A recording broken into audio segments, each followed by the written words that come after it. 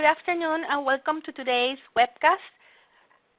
Today we'll be reviewing the current state of the sales and use tax in Puerto Rico.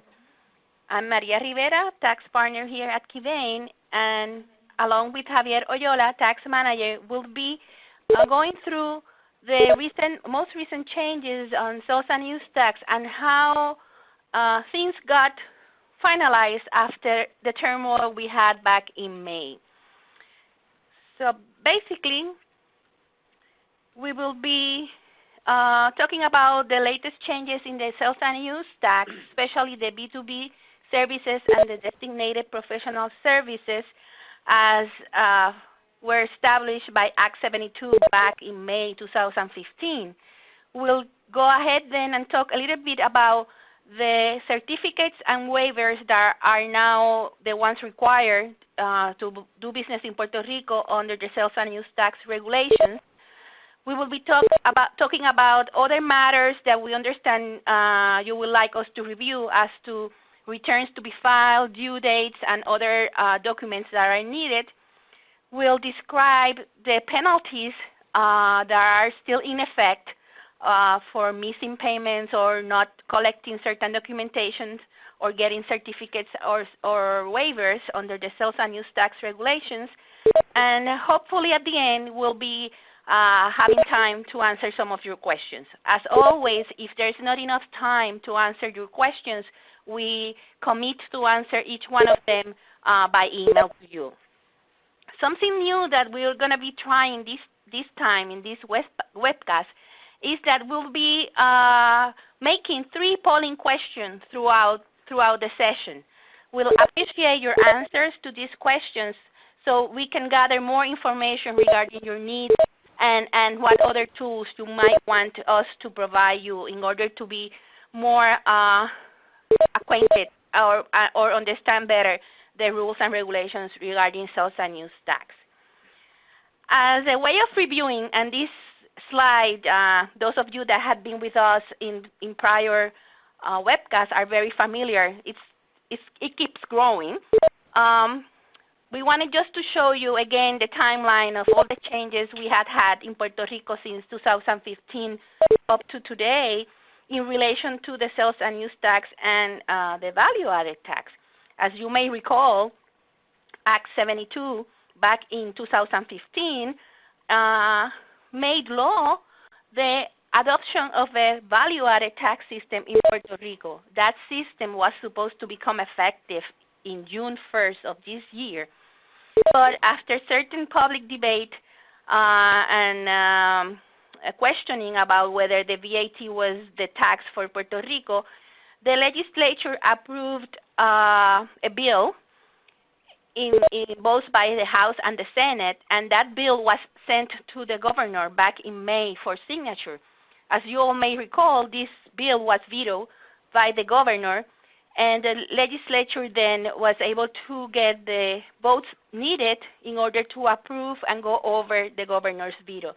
That happened back in May 26, 2016.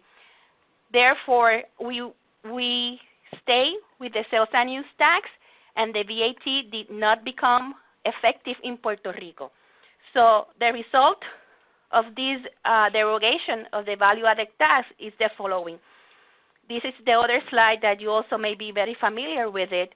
We just crossed out the last part of both timelines because that was the part where the VAT was to become effective. So now we are on that third square of both timelines from October 1st, 2015 until there is any other change in the law. We have a general sales and use tax of 10.5% and a special sales and use tax of 4% on designated professional services and services rendered to other merchants of 4%, as I mentioned. That's at the state level. At the municipal level, we have the general sales and use tax of 1%, but then remember that this tax of 1% is not applicable to the designated professional services or the B2B services. That's how we get then the 11.5% of the general sales and use tax and the 4% of the special sales and use tax on services. Now Javier is going to talk to you about certain general requirements of the sales and use tax and how they remain after all the changes we had back in May. Hello to all. As all of you know, the year 2015 was very active in terms of several acts that were approved by the government with the purpose of changing our Puerto Rico tax system. Among them, we can mention Act 72, which was the one with the major impact, Acts 101, 107, and 159. Among the most important changes, everybody knows about the increase in the tax rate from 7% to 11.5%, and that is the combination of the state tax and the municipal tax. And this is the one that we know as the basic sales and use tax. In addition, during 2015, there was one major change to our tax system with the introduction of the 4% special sales and use tax on business-to-business services and also on designated professional services starting on October 1st, 2015. It is also important to mention that the municipal sales tax of 1% does not apply to the services that are subject to the 4%. And therefore, there is no such thing as a 5% rate on services.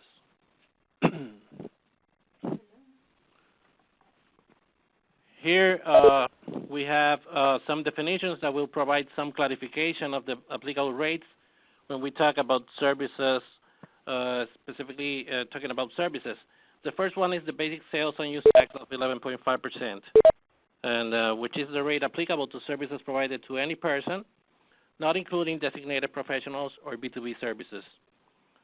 This is also applicable to certain business-to-business services that became taxable back in 2013 with the approval of Act 40. And but the specific details of these B2B services that were taxable since 2013 will be provided later in the presentation. But to mention some of them, we have the telecommunication services, security services, and also non-capitalized repair and maintenance. On the other hand, we have the special rate of 4%, which is applicable to all business-to-business services that are not considered taxable services. As always, there are certain exemptions that we are not going to discuss one by one, but feel free to contact us if you have any doubts related to them. And also, this 4% tax is applicable to the designated professional services, which will be discussed later in the presentation. One point that I want to make clear, in the case of the designated professional services, the rate applicable to those services is 4%, no matter who is the person receiving the service. So in case, for example, of a CPA rendering services both to individuals and to businesses, the rate applicable will be 4%. That is not the case with all the other services that might be rendered to a business or any other taxable service.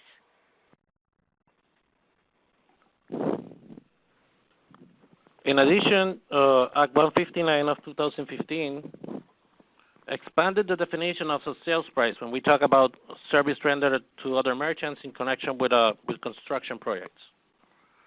In this specific case, the taxable sales price will be determined by multiplying the total cost of the invoice by 35%, and this total cost includes the materials.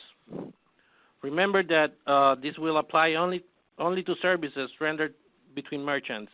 If the service is provided to an unregistered individual, then the total amount of the services will be taxable in 11.5 rate.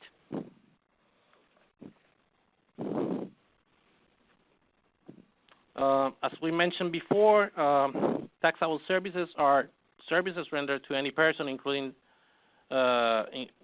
these 11.5, and include storage of tangible personal property, leases, including operational leases, development of computer programs, installation of tangible personal property by the seller to a third party. Taxable services also include repair of tangible personal property And any service provided by a non-resident person to a person in Puerto Rico, regardless of where the service is rendered. I want to point out here that this change as to the services rendered by a non-resident person to a Puerto Rico person was one of the changes that were brought by Act 72 back in 2015. Basically, what this rule makes the merchants or Puerto Rico residents that acquire services outside Puerto Rico to pay an use tax on these services that are being rendered by a non-resident. Later on the presentation, we'll talk a little bit more about how this tax is payable and where it's reported. In this next slide, we will talk about the services that became taxable with Act 40 of 2013. Basically, they are bank charges to commercial clients, collection services, security services, cleaning services, except when they are provided to an association of residents or condominiums, laundry services, uncapitalized repair and maintenance, except when they are provided to an association of residents or condominiums, and also telecommunication services and waste collection services, except when they are provided to an association of residents or condominiums. It also includes the operating leases of motor vehicles that constitute a daily lease. All of these that we have mentioned became taxable in 2013 at the higher rate, which was back in that time 7%, and now they are taxable at an 11.5%.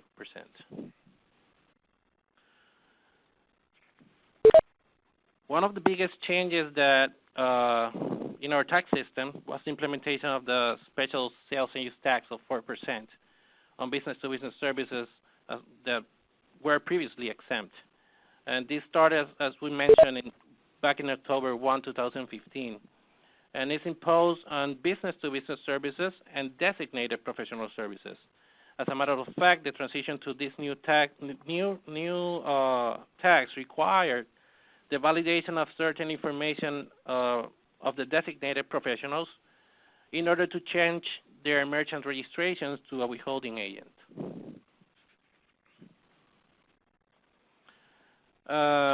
Here is the list of designated professional services. As you may note, it suffered some minor changes. One of them is the addition of the tax return specialists to the list, but starting on September 30. But the list remains basically the same. Prior to October 1st, the services provided by these professionals were exempt, and all of them were non-withholding agents. With the 2015 amendments, their services became taxable at a 4% rate. You will note there on the second to the last on the slide says certain services provided by lawyers. Legal services used to be are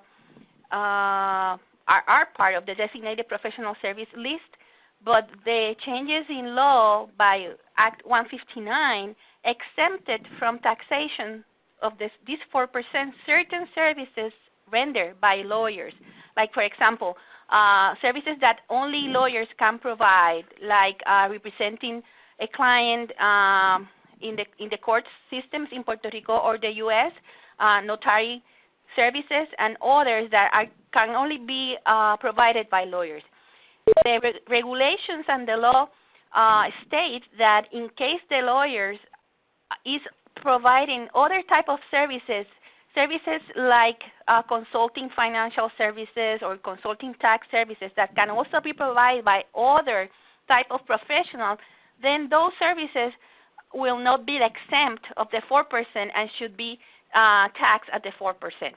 There are several court proceedings that have been filed by the legal community in Puerto Rico, but still we haven't had a result on those proceedings. So as of today, the regulations to the sales and use tax law provide the distinction between the services that lawyers or attorneys can provide in Puerto Rico. An additional minor change that was introduced in 2015 is that the designated professional services if the designated professional services are rendered by a non-resident to a person in Puerto Rico, and those services are related to the Puerto Rico operations of the person that is receiving those services, then they will be considered designated professional services even though they were provided by a non-resident. So they don't have to be regulated by a board in Puerto Rico. This is very, very important in the case that you, as a merchant, contracts different type of services from outside Puerto Rico. You are able to distinguish between those that are subject to 11.5% and those that would be subject to the 4%, based on the treatment that a similar service will receive in Puerto Rico.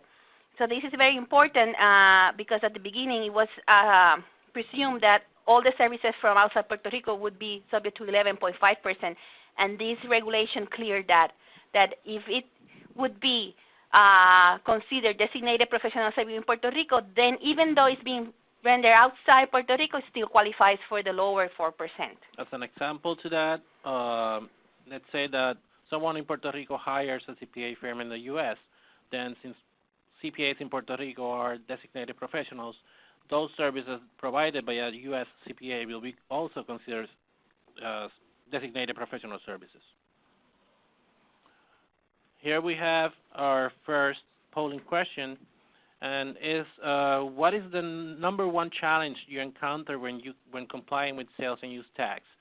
The first one is understanding the rules and requirements, filing returns, how to deal with all certificates, and documentation that needs to be kept.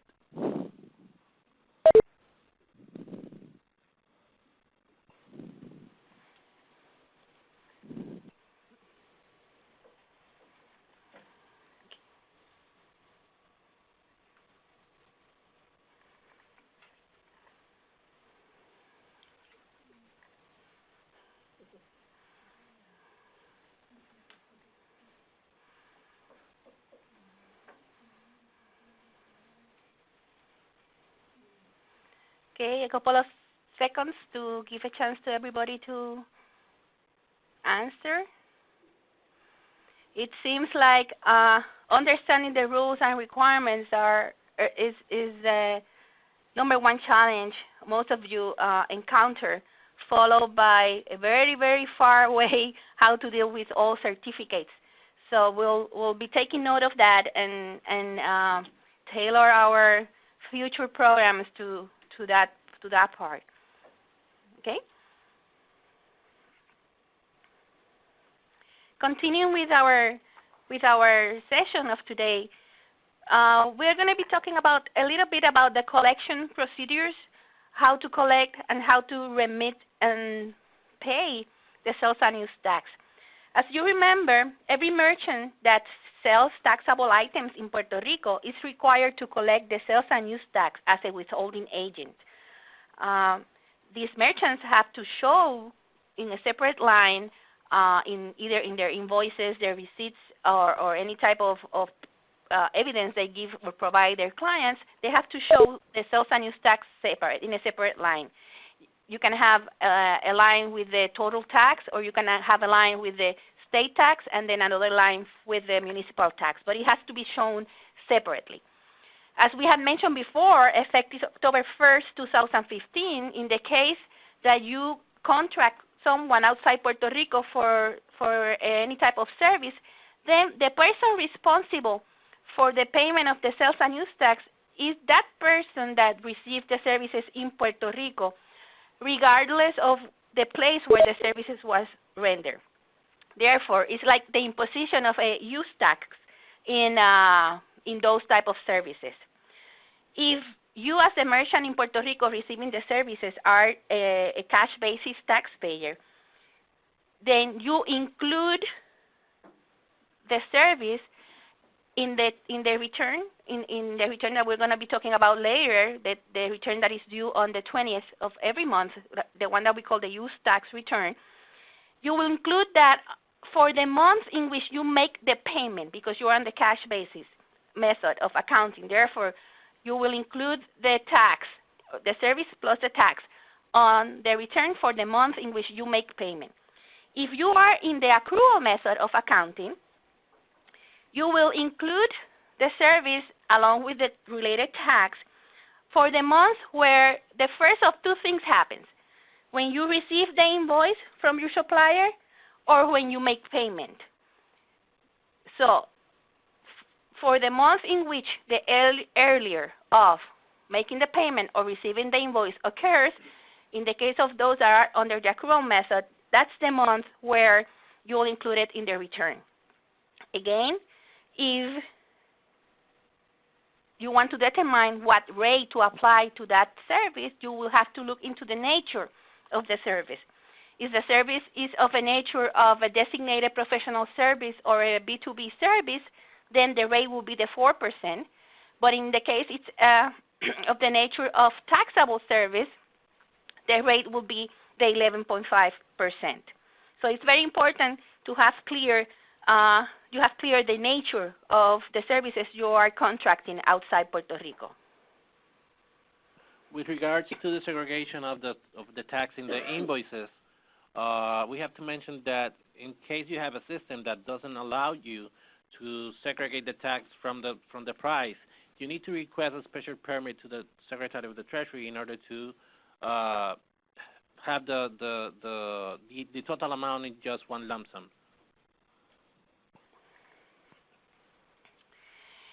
Sometimes you contract for one service and your service provider needs to provide you another service that is ancillary or supports the original service you contracted for.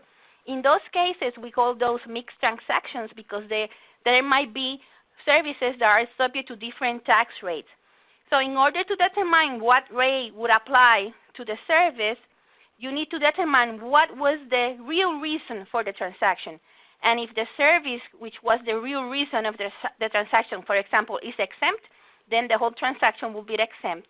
If the real reason for this transaction was a designated professional service, then the rate will be 4%. Or if it was a taxable service, then the rate will be 11.5%.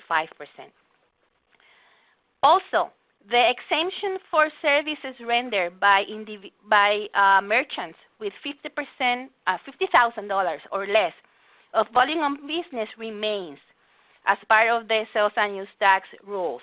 So if you receive services from a merchant that has $50,000 or less of volume of business, then that service will not be subject to the taxation of the sales and use tax. Important. You need to keep copy of the merchant's registry certificate for this merchant because it would be specifically stating that it's a non-withholding agent, and therefore this merchant cannot collect the sales and use tax from you, and you should keep that in your files as record. Important. This exemption does not apply in the case of services rendered outside Puerto Rico. If you contract someone in the U.S. and it happens to be that this person has less than $50,000 of gross volume, you still need to pay the use tax in your sales and use tax return for that service because this exemption does not apply to services rendered outside Puerto Rico. Also, in the case of control groups of entities, the $50,000 is computed based on the gross volume of business of all the members of the group. It's not member by member. You need to compute the total amount of the volume of business of all members, and then you then decide whether you have $50,000 or less of volume of business. The law requires that you, as a merchant, must use the same accounting method for sales and use tax as the method you use for your income tax return. That is, if you're a cash basis taxpayer for income tax return, you will be a cash basis taxpayer for sales and use tax. If you are an accrual basis taxpayer for income tax purposes, you will be an accrual taxpayer for sales and use tax services. There is an exemption for the non-for-profit entities, and they can use the same method they use to keep their books for sales and use tax.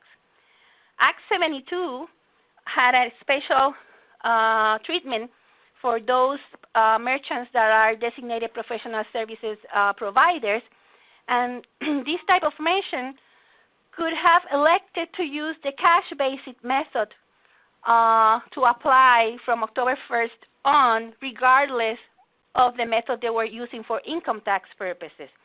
But this election had to be made for the first return after September 30, that is the return for October 2015, and that was the return that was filed in November of last year. Of course, if you are a new merchant that is establishing in Puerto Rico and could qualify for this treatment, you can request for that treatment when you register with the Department of Treasury. Always on your first return. If you made this election and want to go back to accrual method for the sales and use tax, you need to request a change in accounting method as any other change in accounting method to the Department of Treasury. There is a procedure that must be followed and certain dates that need to be met in order to be able to apply for this change in accounting.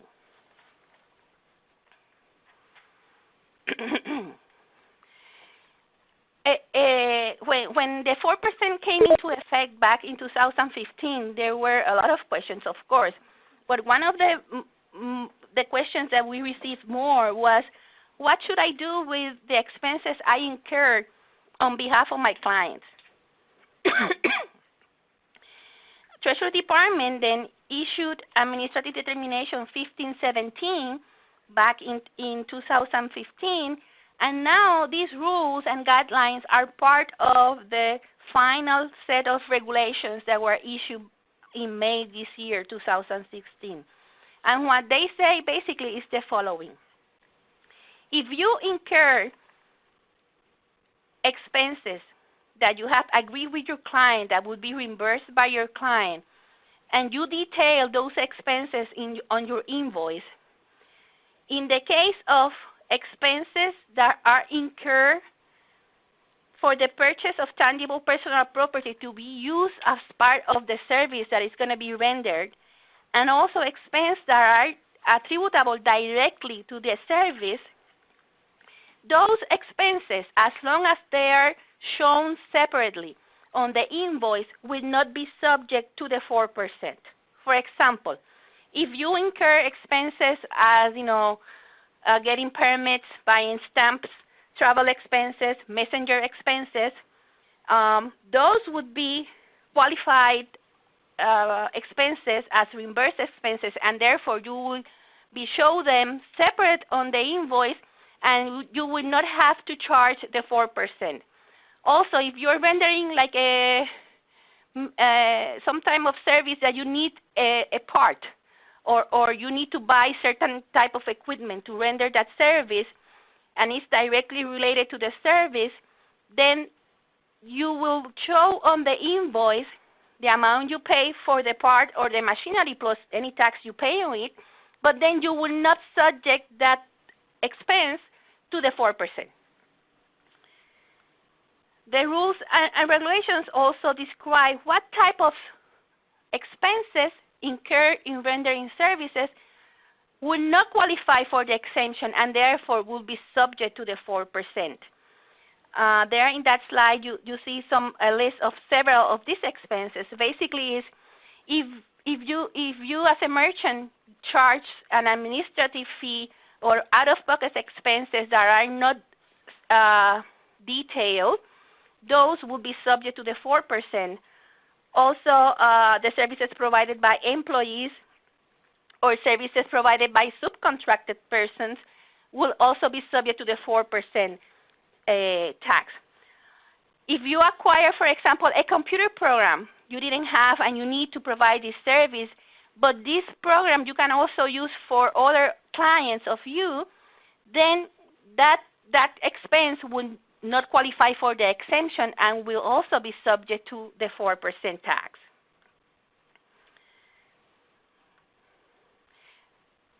The following two slides provide some very simple examples of what we just have discussed. For example, in example 1, you're a service provider and you acquire tangible property, an equipment, a part that you needed for $1,000, and you paid 11.5% of tax on that part for a total of $11,115. When you turn around and bill your client, you will bill the amount for the services, in this case was $800, plus the reimbursed expenses of the tangible property that you acquire for $1,115, but you will only charge 4% on the $800 for $32 of tax for a total invoice of $1,947.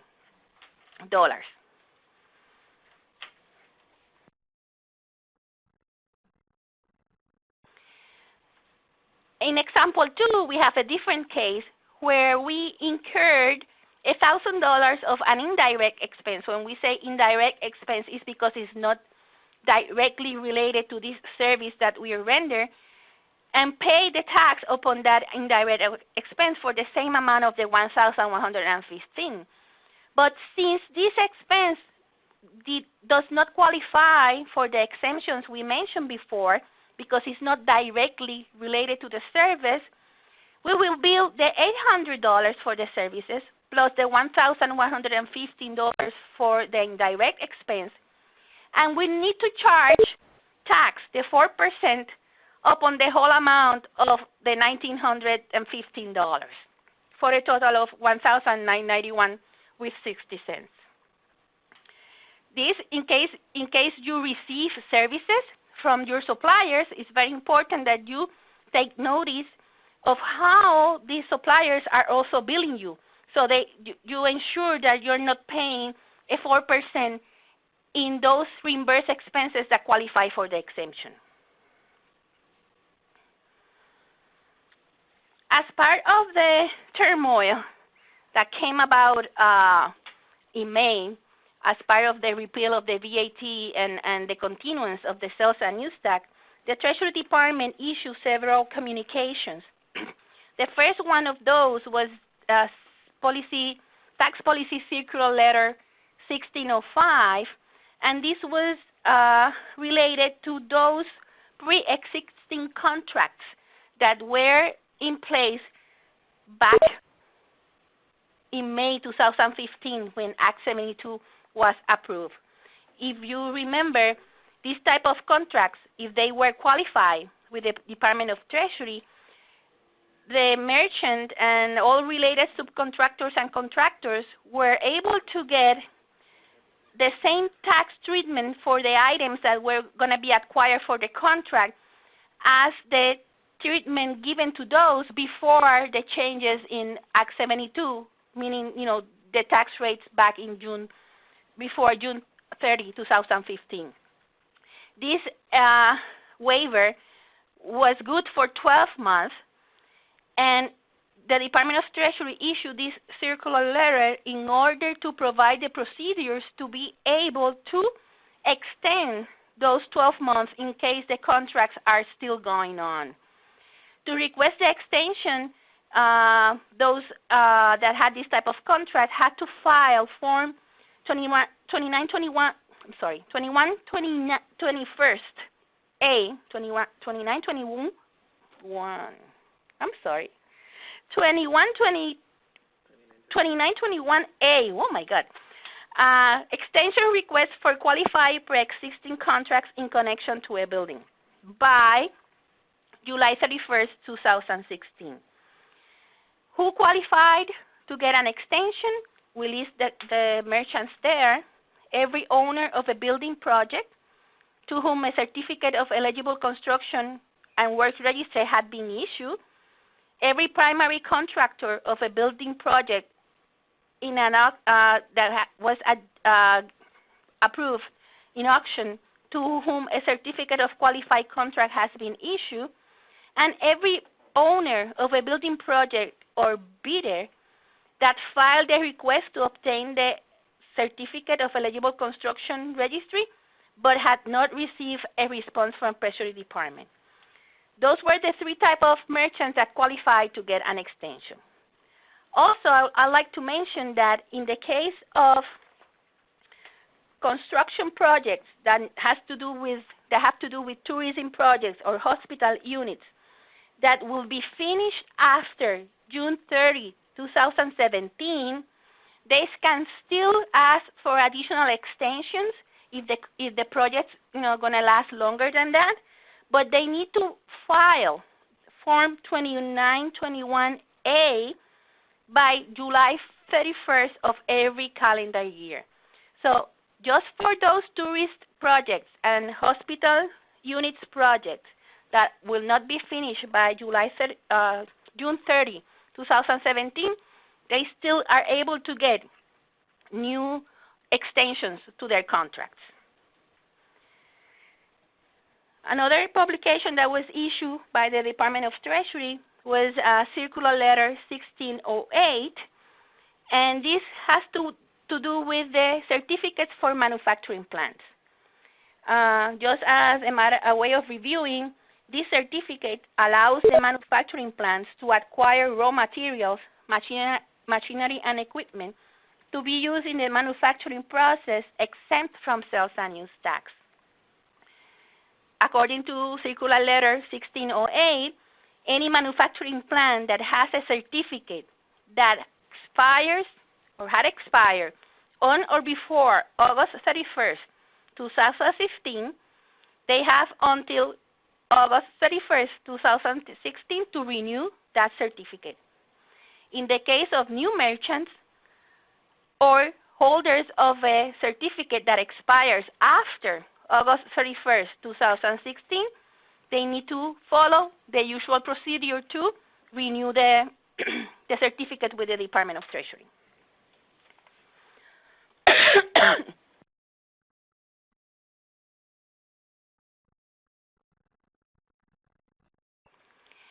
Also, Publication 1608 provides the guidelines in the case of the waiver certificate for manufacturing services contracts. If you are involved in these type of services, you know that in the case of those merchants that are providing toll manufacturing or contract manufacturing services in Puerto Rico, if certain requirements are met, they were able to obtain this waiver that would allow them not to charge the sales and use tax for those services. The new guidelines state that all certificates will remain in force and its effectiveness will be for the duration of the manufacturing service contract. There is no need to renew these certificates. Now, all new merchants that qualify for this waiver must apply for the same, for the certificate, following the procedure established in the Circular Letter 1514 that was issued back in October 2015. The reseller certificate and municipal sales and use tax exemption certificate. This is a very important one and very common in Puerto Rico. Circular Letter 1609 provides that all certificates that expire after December 31st, 2015 will continue in effect until further notification. That is, for example, if you have a reseller certificate that expired in February of 2016, you can still use that certificate because Treasury has not issued procedures to renew. Actually, they issue a publication related to the effectiveness of these certificates, and the process is established in the one that Maria mentioned a few minutes ago, the 1608, and basically established that they should be renewed only before August 31st. Okay, we'll confirm that by email to you all. Okay, the importance of this certificate is that it allows the reseller merchant to claim a credit for the sales and use tax paid on purchases of inventory for resale, and also allows the exemption of the 1% municipal sales and use tax. That is, if you are a reseller and do not hold an effective reseller certificate, a municipal sales and use tax exemption certificate, you are not able to claim the credit for the tax you pay upon introduction or acquisition of your inventory. Actually, I just verified, and a correction, they remain in effect, so there's no process to renew the certificates yet, but they are in the process of issuing the publications. Okay, so we are live, people. To recap, for the reseller certificate and municipal sales and use tax exemption, if your certificate expired after December 31st, 2015, is still in effect. You don't need to do anything until further notification. Now, if your certificate expired before December 31st, 2015, then you need to request a new certificate following the procedure established by Treasury. In the case of eligible reseller certificates, these will remain valid until the date established at the moment they were issued. So you have to look into your certificate and look for your effectiveness date or your expiration date. These certificates need to be renewed every year. New merchants that qualify for this certificate need to follow the process established in Circular Letter 1310. What is an eligible reseller? An eligible reseller is a merchant that buys taxable items to be sold principally to merchants or to individuals or persons that qualify to acquire these items tax-free. Therefore, if you have one of these certificates, you will be able to acquire this merchandise without paying any tax. And now it's time for our second polling question. Please answer the questions now.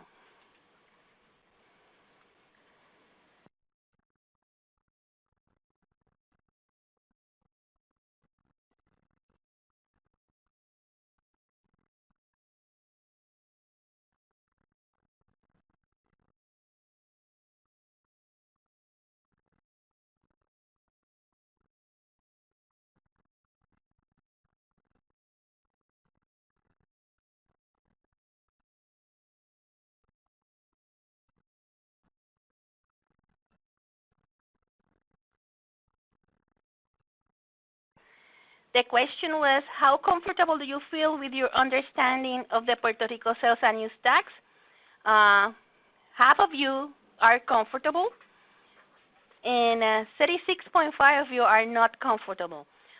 This is good information for us because we'll be then tailoring our future activities based on these answers. Thank you for your answers.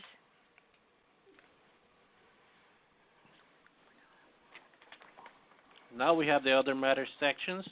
The first one that we have to discuss is the SURI system, which is the Uniform System of Internal Revenue. Many of you remember that during 2015, the Puerto Rico Treasury announced a new tool that will be in place for the management of the value-added tax. Well, that tool is being modified in order to include the sales tax. And from recent meetings with Treasury, we know that they are investing a lot of efforts and resources to make a transition to this new system. They expect to release this new tool by the end of October or beginning of November. However, remember that probably we will use two systems, PICO and this new SURI system. So we will wait for future communications from Treasury in order to know how this new system will work. The importance of this transition to SURI is that currently the Puerto Rico Treasury has around 16 IT information technology programs to manage the Puerto Rico tax system. And the implementation of this tool will allow the Puerto Rico Treasury to manage all taxes in just one system. And how is this related to the sales tax? Well, all merchants must make sure that they are up to date in the filings and that they are using the same accounting method that they use for income tax, except those designated professionals got elected cash basis. Apparently, the system is designated to facilitate the identification of those difference or red flags, and these may trigger interventions from Treasury. We expect to have a publication from Treasury pretty soon informing about these changes. We also want to remind you about the different returns that should be filed in PICO right now, which is the current system of the Puerto Rico Treasury. The first one is the Declaration of Imports, Form 2970.1. This is filed every time there is an import into Puerto Rico, but don't forget that if you file a Declaration of Imports, then you're required to file a Tax on Imports monthly return that is due on the 10th day of the month following the month of the import. This is basically a summary of all the imports made, and it's supposed to be already filled with the information of the declaration that were filed. All these returns should be filed electronically at the PICO system, and the Treasury is already making assessments on returns that have not been filed.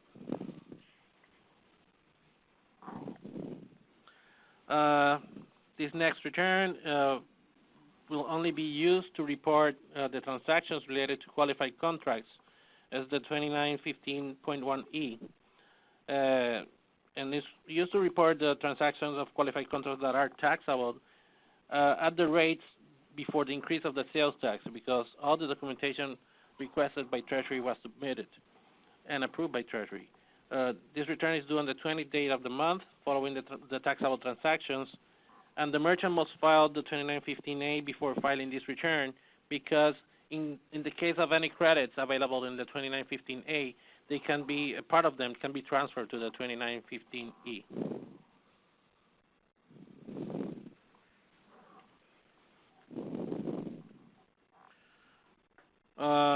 The Form 2915A, which is the regular sales and use tax return, is the one in which the transactions subject to the 10.5% are reported and must be filed on or before the 20th date of the month following the taxable transactions. In this return, you report any exempt services. Also, you report any exempt services, services subject to the 11.5 rate. And those of you who are resellers certified by the Puerto Rico Treasury Department, this is the return where you claim the credits related to the purchase of items for resale. There is another return to report the service transactions that are subject to a 4% rate, and this is Form 2915F. This return is also used to report the auto-imposition of the 4% tax when Puerto Rico merchant receives services from a non-resident.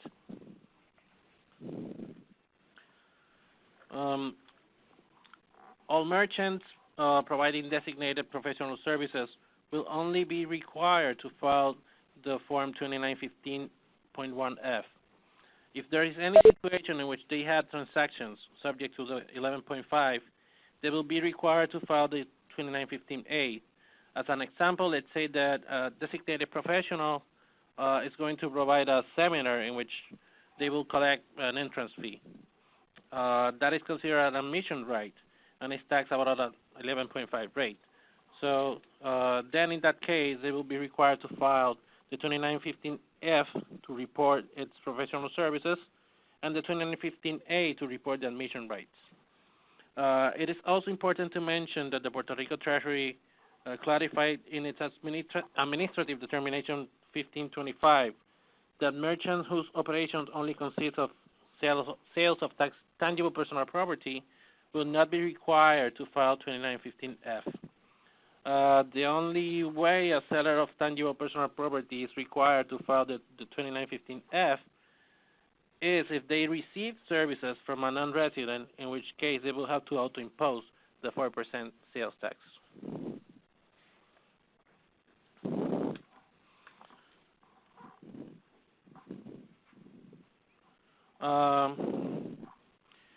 Here is the big issue with this Form 2915F. We mentioned two situations in which a merchant will file only one return. Merchants who are engaged only in the sale of tangible personal property, which will file 2915A only. And the second are the designated professionals, which are required to file the 2915F only, unless they have special transactions. Now, the Administrative Determination 1523 established that service providers, which are not designated professionals, will be required to file two monthly returns, even in cases when those returns should be filed in zero. So the 2915A will be used to report services that are subject to the 11.5, example, any service provided to an individual, and the 2915F will be used to report the business-to-business services subject to the 4% tax. Please remember that the failure to file a return in zero will have an assessment of $100 per return.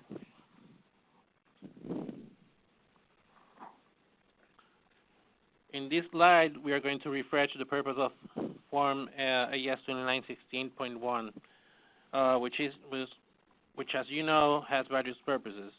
The main purpose of the form is support the exempt transactions and release the merchant seller from the obligation of collecting the 4% or the 11.5. But there are two items to remember here. This document alone does not support an exempt transaction. It should be accompanied with the merchant registration and any additional document supporting an exempt transaction. The penalty for the failure to have proper documentation of an exempt transaction could be $20,000 in addition to the tax that was not collected. The last version of the 2916 has an additional purpose, and is in the case of business-to-business services, where it established the obligation of collecting the 4% tax instead of the 11.5. Therefore, if you are a registered business and you are receiving a service, remember to provide this form to your service provider, or they will have to charge you the 11.5.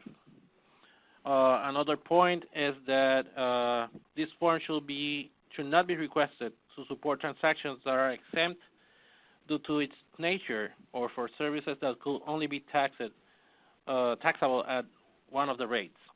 For example, advertising services are exempt.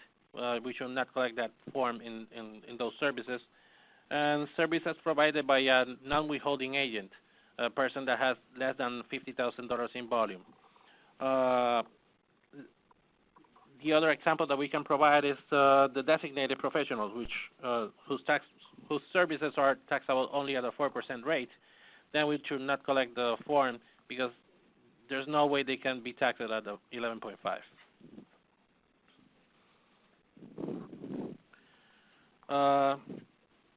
This is just an informative point, and is in relation to the supplementary schedules that are due on August 31st. They suffered several changes, and the majority of them is related to the sales and use tax. So keep in mind that as Maria mentioned before, the accounting method used for income tax purposes should be the same used for sales and use tax purpose, with the exception of designated professionals. And the numbers included in a monthly return, in a monthly basis, should tie with the income tax return at the end of the year.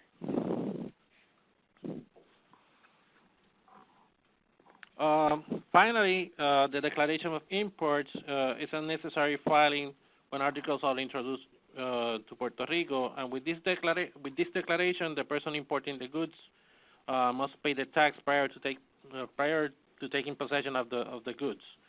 In the case of resellers that are certified by the Puerto Rico Treasury, the amounts paid in these declarations can be taken as credits in the monthly returns. Now we have our third polling question.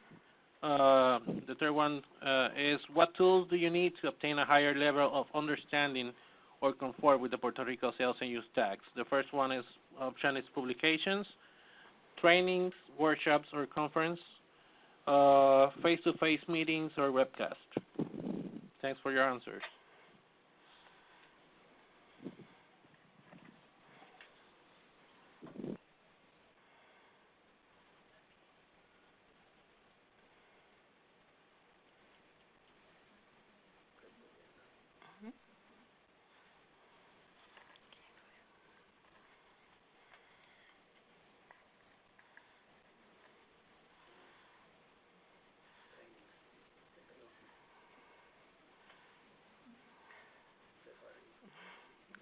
Okay, we see that you're split almost one third, one third, one third for publications, trainings, workshops, conferences, and webcasts. So I guess we'll keep doing all of those three. Thank you for your answers. The last part of the session today, and we only have like 4 or 5 minutes to complete the hour, we present there some of the penalties that remain in effect for not complying with the sales and use tax rules and requirements. As Javier mentioned, these penalties can be very hefty in certain instances. For example, for not collecting the sales and use tax, you can be imposed a penalty of $20,000 per instance. Also, for not keeping the 2916, that's a failure to keep documentation, you can also be assessed up to $20,000 per instance. So we have seen cases where there is no issue with the tax collector or not collected, but huge penalties have been proposed because of certain administrative failures. Other very important penalties that are also included in the code are the penalties related to the fiscal terminals, or what used to be the IVULOTO. Still, the fiscal terminals are required to be used in for presence transactions, and there are certain very hefty penalties for not complying. In the case that you have various cash registers and you have several employees, you need to be sure that your employees do not disconnect or interfere with the operation of these terminals, because Treasury is very active visiting merchants and assessing these penalties without mercy. So if they go to your store and because your employee thought the terminal was in the way of something and he pulled it out, you can be assessed a $20,000 penalty per terminal that is not connected. So please be sure that your employees are well trained in this aspect, and if they notice any problems with the terminals, please tell them not to disconnect the terminals. They need to contact your service provider, and you need to get your confirmation numbers.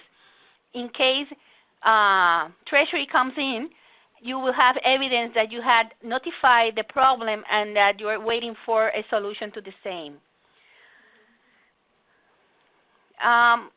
To finish our presentation, we like also to remind you that we at Keybank have developed a methodology to assist you in determining whether your procedures, your internal procedures, are in compliance with the rules and regulations as stated by law and by the Puerto Rico Treasury Department.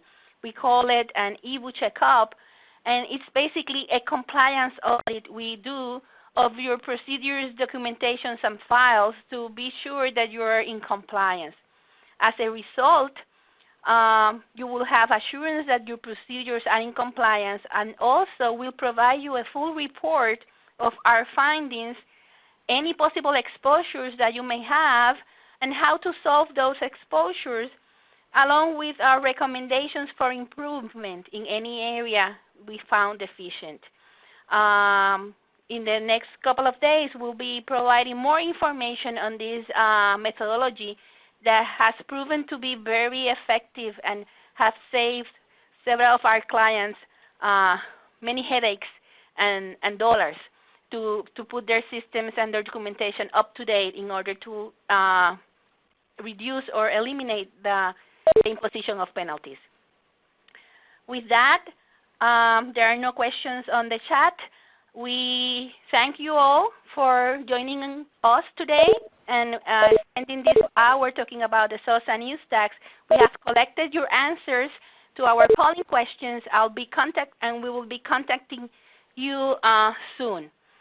There in that slide, you can see part of the tools that we at Keybank provide you to keep updated. In addition to our insights and alerts, you can always go to our website and look for additional information or use our app in your Android, iPhone, iPad, and you will have information at your fingertips.